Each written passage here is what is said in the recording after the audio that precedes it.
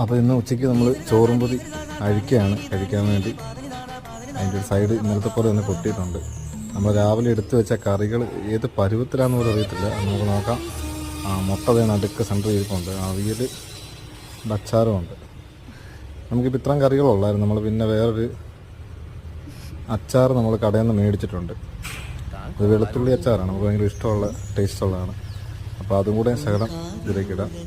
Video കാണുന്ന ആരെങ്കിലും കഴിച്ചിട്ടില്ലെങ്കിൽ പെട്ടെന്ന് പോയി കഴിച്ചിട്ട് വരിക. വീഡിയോ കണ്ടതിന് ശേഷം മതി കേട്ടോ.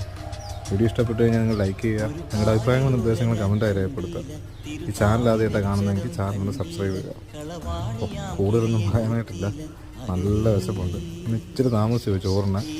അതുകൊണ്ട് തന്നെ വീഡിയോ അപ്ലോഡ് ചെയ്യാൻ വേണ്ടി ഇച്ചിരി താമസിച്ചു പോയി. അപ്പം ഇത്രയൊക്കെ കറികളുള്ളൂ. ഉള്ള കറി വെച്ച് നമുക്ക് അഡ്ജസ്റ്റ് ചെയ്ത് ഇപ്പോൾ ചോറുണ്ട് തുടങ്ങാം. നമുക്ക് നല്ലത് വെളുത്തുള്ളി അച്ചാർ